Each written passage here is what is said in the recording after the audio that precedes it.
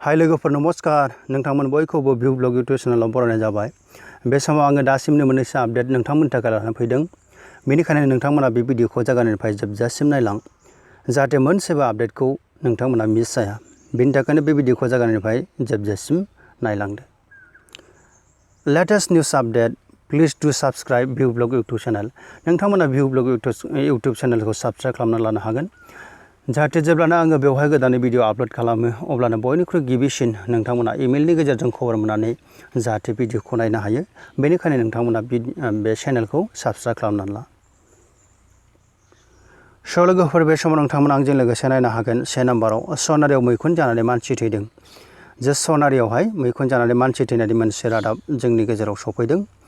बेखौ जोङो मोननो हानाय जादों जे सनारियाव मैखुन जानायनि सिगांबो जोङो सासे मानसि पापु कनवार मुंनि सासे मानसिया मैखुन जानानै मानसि थैखांबाय जोङो बेखौ मोनथिनो मोनदों। जे बिखौ मैखुन जानायनि उनावहाय बियो जे माखासे बिसजों नाख्रेबजादोंमोन बेनि उनाव बेखौ मेडिकेल कलेजावहाय बेखौ थिसननाय जादोंमोन आसाम मेडिकेल कलेज एन्ड हस्पिटालावहाय डिब्रुगड़आव। नाथाय थेवब्लाबो बेखौ ट्रिटमेन्ट खालामनायनि उनाव जे बियो उनाव थैलाङो होननानै जोङो मोनथिनो मोननाय जादों। स' बेबायदिनो दिनै गोबां सुबुङा दिनै बेवहाय मैखुन जानानै माखासे सानायजों गबानायजों बायदि बायदिजोंहाय बेयाव सैसोनानै दङ गासै 16 जन सुबुङा। आरो माखासेफोरखौ दिनै मा खालामबाय जे बिसोरखौ बे साथामखौ दिनै उदालगुरि सिभिल हस्पिटालावहाय बेटार ट्रिटमेन्टनि थाखाय दैथायहरनाय जाबाय। जे स' अब्ला जोङो बुंनो हायो जे मैखुना मोनसे गिथावना जिराद बेखौ जोङो सिनायालाबानो जानाया खुब हुसियार जानांगौ। बेखौ सिनायाब्ला जोङो जानो नाङा। स' लोगोफोर बे समाव नोंथांमोना आंजों लोगोसे नायफानो हागोन 2 नाम्बाराव आङो लानानै फैदों नोंथांमोननि थाखाय हादरनि गुबुन गुबुन जायगायाव थाबथानानै थाहैनाय सुबुंफोरखौ न'आव फैफिननायनि समाव इन्डियान कंग्रेसआ टिकेटनि रांखौ होगोन। जे बेवहाय मोनसे रादाब ओंखारनानै फैदों जे टुइट खालामनानै होदोंमोन जे सनिया गान्धी इन्डियानि कंग्रेस प्रेसिडेन्ट जे बिथाङा बुंदों जे सिगाङाव मा खालामदोंमोन बियो जे गुबुन गुबुन हादराव जे फरायसाफोर माइग्रेन्टसफोर बे एक्सुवेलि माइग्रेन्टफोरनि सायाव बांसिन खोथाखौ बुंदों जे माइग्रेन्टफोर जायफ्रा लेबारफोर बिसोरो माइग्रेन्ट लेबारफोर बिसोरो जे न'आव फैफिननाय समाव जे ट्रेनजों फैफिननो थाखाय गोनां आरो बे समाव जे टिकेट चार्ज खालामनाय जादों जे ट्रेन डिपार्टमेन्टनिफ्राय बेखौ बिथाङा दुखु मोननाय फोरमायदोंमोन जे बेबायदि खालामनाङामोन नैबे लकडाउननि समाव जे रांखान्थि अबस्था हालोदा मोजां नङै समाव होननानै सिगाङाव बुंथिनाय जादोंमोन। आरो बिनि उनाव जोङो दिनै नुनो मोनबाय जे गावनो मोनसे डिसिसन खालामदों जे इन्डियान कंग्रेसआ बै माइग्रेन्ट लेबारफोरनि जे फैफिननायनि ट्रेननि टिकेटनि भारा बेखौ दिनै बिसोरो होगोन होननानै बुंथिनानै होदों। जे बेबायदिनो गुबुन गुबुन स्टेटआव थानाय कंग्रेसनि इउनिटफ्रा मा खालामगोन होननानै बुंदों बेयावहाय दायथ' लागोन होननानै बुंदों। जोङो बेयावनो नोंथांमोना नैबेखौ फरायोब्ला नुनो मोनगोन जे बेवहाय बिथाङा मा बुंदों बे खोथाखौ बेवहाय आङो नोंथांमोननि थाखाय लानानै फैदों। नोंथांमोना बेखौ फरायनो हागोन गोसो जायोब्ला। स' लोगोफोर बे समाव जोङो नोंथांमोननि थाखाय बेवहाय आङो रादाब लाबोनानै फैदों। जोङो नायनो बे समाव 3 नाम्बाराव जौ दखानफोराव गोबां होंगो दोंगो भिर जे जौ दखान लिकुइड दखानफोरखौ जे खुलिनो अर्डार होनायनि उनाव जे जौ दखानफ्रा दिनै खुलिनो मोन्दों। आरो बेबायदि खुलिनायावहाय जोङो दिनै नुनो मोन्दों जे गोबां मानसिफ्रा बे जौ दखानाव लकडाउननि माखासे नियम खान्थि गाइडलाइनखौ मानियालासेनो बेवहाय होंगो दोंगो भिर जानायखौ जोङो नुनो मोन्दों। जे जोङो बेवहाय फरायब्ला नुनो मोनगोन जे बेयाव मा होनदों As the third phase of lockdown starting Monday has come with a set of major relaxation, one of them is opening of liquor shop in all the zones except containment zones while following norms of social distancing.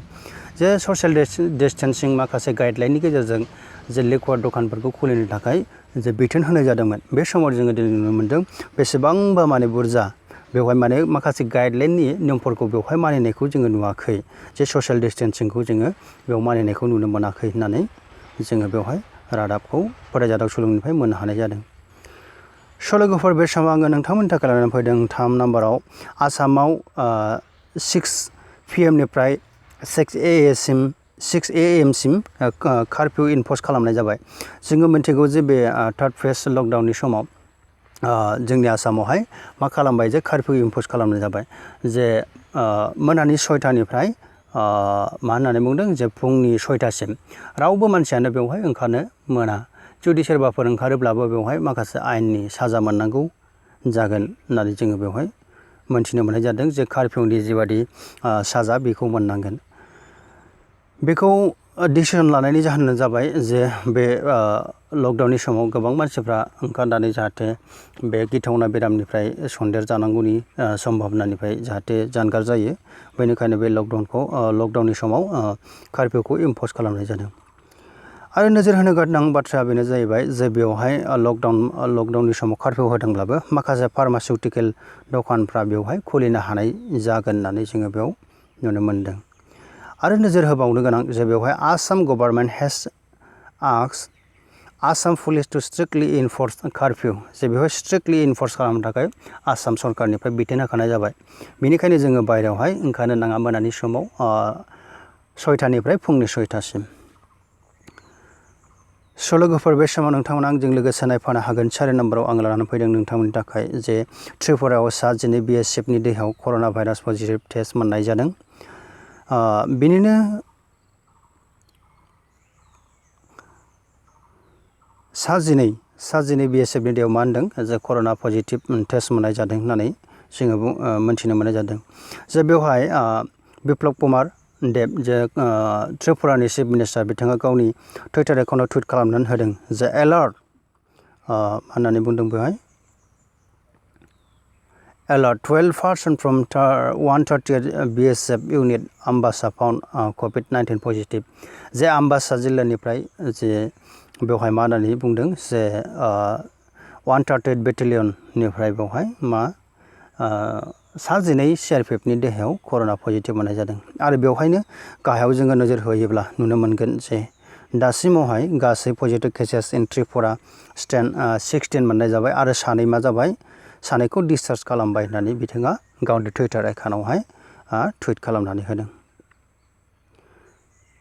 लोगोफोर, बे समाव नोंथांमोना आंजों लोगोसे नायफानो हागोन 5 नम्बराव नोंथांमोननि थाखाय आं लानानै फैदों जे गुजरातनिफ्राय सा 104 फरायसाफोरखौ आसामाव लाबोदों।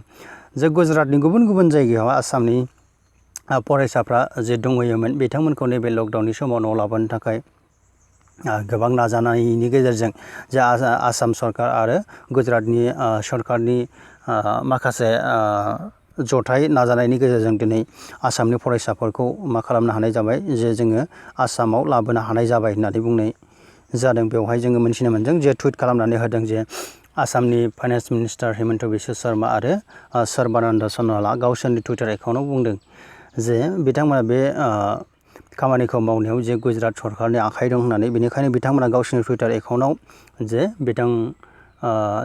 बिथांमोना हेफाजाब होदों बिसोरनो जाहैबाय गुजरातनि चिफ मिनिस्टार विजय रुपानी। बिथांमोनखौ जे मा खालामदों जे थेंक्स हरनाय जादों। आरो जों बेवहाय नायोब्ला नुनो मोनगोन जे बेवहाय गुजरातनि बबे जायगानिफ्राय दिनैहाय फैदों नायोब्ला नुगोन जोङो बेवहाय कुच, बर'दरा, गान्धीनगर, सुरत, भरुच एन्ड आहमदाबाद होननाय नैबेफोरबादि जायगानिफ्राय दिनैहाय आसामावहाय फैफिननो हानाय जाबाय। बिसोरनो प्रपार स्क्रिनिं टेस्ट खालामनायनि गेजेरजों आरो गोबां बेबायदिनो जानाय लोंनाय सुबिदाफोरखौ होनायनि गेजेरजों दिनै आसामाव सफैनो हानाय जाबाय बिथांमोना। लोगोफोर, बे समाव आङो नोंथांमोननि थाखाय लानानै फैदों जे कर'ना स्टेटास अफ इन्डिया। जोंनि भारत हादराव दिनै बेसेबां गोसारखो बेवहाय नायोब्ला जोङो नुनो मोनगोन आरो बेसेबां थैखो बेसेबां रिकभारि जाखो, बेनिखायनो आङो नोंथांमोननि सिगाङाव लानानै फैदों। नोंथांमोना नायनो हागोन बेवहाय दिनैसिम जोंनि भारत हादराव नैबे भिडिअखौ बानायनाय समसिमाव जे 42,836 केसेस मोननाय जाबाय आरो बेनिफ्रायनो दा एक्टिभ जानानै दं 29,685 एक्टिभ जानानै दं आरो रिकभार जाबाय दासिमाव जे 11,762 आरो डेथ जाबाय, थैनायनि अनजिमाया जाहैबाय 1,389। नैबे भिडिअखौ बानायनाय समसिमनि डाटा दे बियो, नोंथांमोना बेवहाय नायनानै लानो हागोन। आरो जुदि नोंथांमोना बेवहाय नोजोर होनो गोनां मोनसे बाथ्राया जाहैबाय नैबे रेड कालारजों होनाय नैबे सिम्बला जाहैबाय दे बियो 24 आवारनि गेजेरावहाय बेयाव माबायदि बारायदों बेखौनो बेवहाय होनाय जादों। बे फिसा नैबे फिसाया बे जाहैबाय 24 आवारनि गेजेराव माबायदि बारायनाय जादों, माबायदि खमायनाय जादों, बिनिनो बियो डाटा। लोगोफोर, बे समाव नोंथांमोना नायफानो हागोन आंजों लोगोसे 7 नाम्बाराव कर'ना स्टेटास अफ अल। जे बुहुमनि जे कर'ना स्टेजआ दासिमाव माबादि जाखो बेखौनो आङो नोंथांमोननि सिगाङाव लानानै फैदों। बे समाव नोंथांमोना नायनो हागोन जे बेवहाय बेसेबां केसेस माने जाखो दासिमहालागै 35,26,344 दिनै केसेस मोननाय जाबाय दुलाराय मुलुगनाङै आरो दासिमाव एक्टिभ जानानै दं 21,45,320 आरो रिकभार जाबाय दिनैसिमहालागै जे 11,33,059 आरो गासै दुलाराय मुलुगाव लानानै दिनै बेसेबां थैखो बेखौ जोङो बेयाव नुनो मोनदों जे 2,47,965 बेखिनि डाटाखौ जोङो दिनैहाय मोननो हादों। लोगोफोर जोङो बेवहाय नायोब्ला बे डाटाफोरखौ नायोब्ला जोङो बुंनो हायो दिनै कर'ना भाइरासआ जोबोद गिथावना बे महामारि जे थै गलांनाय मोनसे बेराम आरो बेखौ सोखानायनि जेबो दासिम थि रोखोमनि भेक्सिन मोननाय जायाखै। जोङो बेयाव नायोब्ला नुनो मोनदों जे 2,47,965 सुबुङा दिनै बे कर'ना भाइरासनि गाग्लोबनायनि गेजेरजों दिनै जिउ गोमाबाय। बेनिखायनो जोङो बे बेरामनिफ्राय बारग'नांगौब्ला जोङो माखासे गाइडलाइनफोरखौ जोङो मेनटेन खालामनांगोन सरकारि गाइडलाइनफोरखौ। जे सरकारनि गाइडलाइना बेनो जाबाय जे ससियेल डिस्टेन्सिंखौ जोङो मेनटेन खालामनांगौ आरो जोङो नांगौनि बांसिन जोङो बाहेरायाव ओंखारनो नाङा। सरकारि माखासे गाइडलाइनफोर होनायखौ जोङो मेनटेन खालामनांगोन, न'आवनो थानांगोन बेनिफ्राय जोङो बारग'नांगौब्ला। बेनिखायनो लोगोफोर जोङो बयबो stay हome, stay safe. Thank you for watching this video. Bye bye.